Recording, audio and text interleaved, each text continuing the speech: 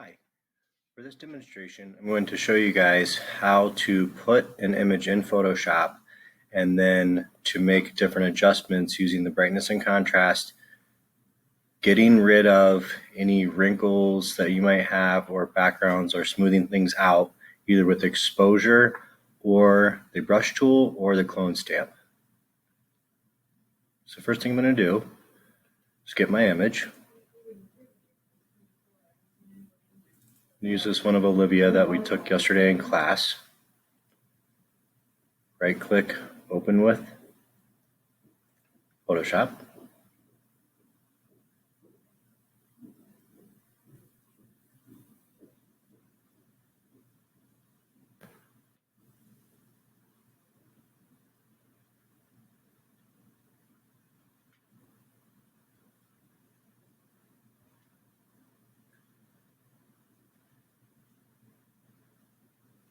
Give it a second to open.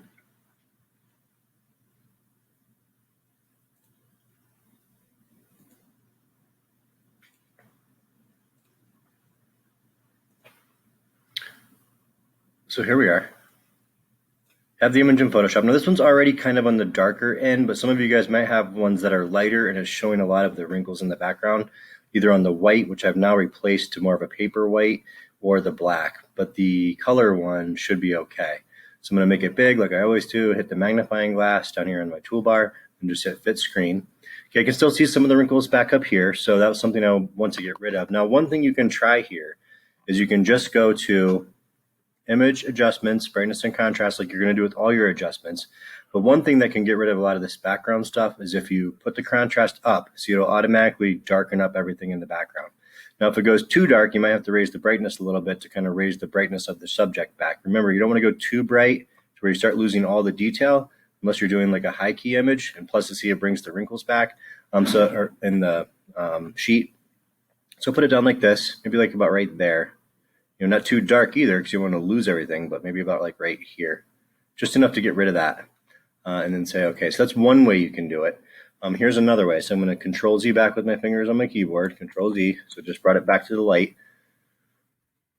Now say it was like this to start. Say for image adjustments, it was like this, because a lot of you guys might have this type of look to it where it's, you can see it a lot more. So another thing you can try is you could go take your Eyedropper Tool, which is right, let's see, where is it these days? Right here, looks like a little eyedropper. You click it. Now, wherever you click on the eyedropper, it's going to automatically select that exact pixel of color. So if I click the blue on her shirt, look, it picked the exact color.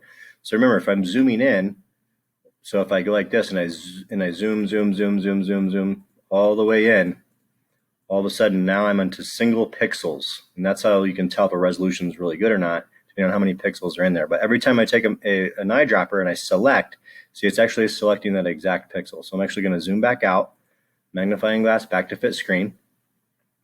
So one way, because you could take the eyedropper, select maybe like the darker area, then come to your brush tool. Now under your brush tool, you have a bunch of different options. You can make it larger. Maybe you want to make it about that large. You can also control the softness of the edge. So I can make a hard edge or a soft edge. That's going to give more of a blend. And then another thing for blending is opacity. So this is how transparent it is. Whenever I'm blending, I usually put this down to maybe like, 40, 50%, something like that.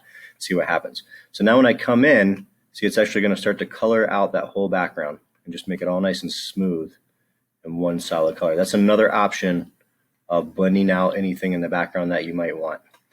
I'm going to show you an advanced tool in a second for this type of thing. It's called the clone stamp, but this right here will be the brush. So every time I do so with the opacity, I'm at 40%. So every time I do a pass, it's going to actually erase out 50%, or it's going to put in 50% of that color at a time. So now that I achieved the same thing, but really only just with affecting the background and not her.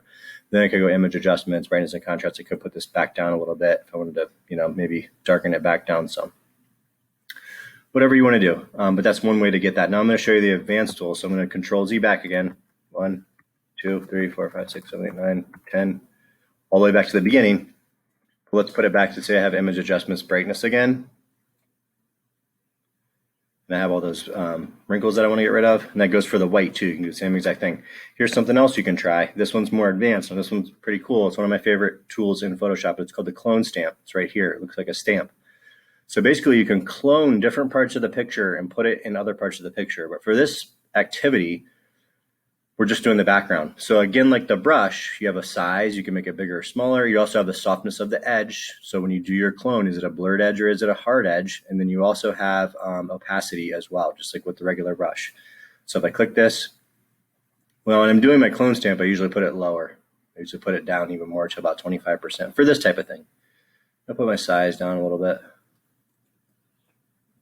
Not too much, like right there. So now whatever part so next thing I do is I go and I hold Control. Oh, sorry, on Macs it's, or on PCs it's Alt. Just kidding, on the wrong tool. Clone stamp. So if I make it back up, I was just in the brush on by accident. So same thing, put it back up. So now if I hold Control, nope, sorry, it's Alt. Alt on a PC gives you that target. So I'm holding Alt down right now. Wherever I move, it's like a little target. It's going to target picture whenever I click the mouse of that exact spot. On the Macs, it is Control. So on the Macs, it's Control. On the PC, it's Alt. So I'm going to take a little piece right here. Alt, click. So I click, I took a picture of that area and I let off of everything. Now when I come over here, see that little T that's cloning that exact area in a different spot. Now watch what happens when I get to her face. It actually will start cloning her face in a different spot. Now we don't want to go that far because we're just doing the background, but it is a cool tool and you can do lots of things with it. Also, I'm still on 100%, so I want to put that down. Like maybe I wanted to create like a little bit of like an effect of her, kind of like a reflection of her or something over here. I could hold Alt to a target, click with my finger, let off of everything, then come over. See, now wherever I go, it's going to take that exact spot. When I click and hold down, it's going to clone it. Called the clone stamp. Super fun to play around with. Does some pretty cool effects. But for this one, Control Z back, I'm just trying to clone the background. And this is great for taking stuff out of pictures. Like say you took that perfect picture when you're on vacation, then all of a sudden you realize there's somebody in the foreground that you really don't want there, or there's a random person that's just making a silly face and you want to take them out. You can easily do that with the clone stamp, just by cloning a part of the background and then cloning it right over the person where they are. So for right now, I'm just going to take up here, Alt where it's darker, I'm going to clone it, and then I'm just going to come down here. I'm just going to start cloning to just kind of give the effect of that darker area. See, that's one way you can kind of do it too. Maybe I go over here, Alt, click over here. And every time I make a click, it's doing a little bit at a time. Remember, I only have it on 13%. So this is one way. Oh, I got her hair a little bit, so I'm going to Control D back a couple times. But that's another way. So now I can go back up here again, Alt, take another picture, come down here, start cloning that. Now you might think like, well, this is taking like way longer than the other things. Like, why would I do this? But this tool is actually more advanced and you can do way more stuff with it than just the brush. Well, you can do endless amounts of stuff with the brush, but I'm just talking for blending. So you can see now I blended the background, but it has more of a unique effect versus just doing like a brush color or a fill. You can also fill with a fill bucket. That's one option too. So if I do my eyedropper here, click, come over and click that black. And if I come to the fill bucket, which is right here, and if you don't see it, it's probably the gradient tool. And if you right click on the gradient tool, it'll give you other options, but I could see it. So now I'm going to hit, if I click this, see now I just filled it in with black. So that actually worked better than it does most of the time, but I'd already gone through and cloned that whole area. So it's a few ways that you guys can smooth out backgrounds and make things really pop, like those, especially like those two that were in the classroom that I showed you guys with the hard light. Past examples from previous students, you can see how dark those backgrounds look, and it really makes the portraits pop. Same exact technique here. That's what another student used. But yeah, those are examples of those. So if you need to refer back to the different examples on these throughout the semester, feel free to come back and watch the video. Thanks.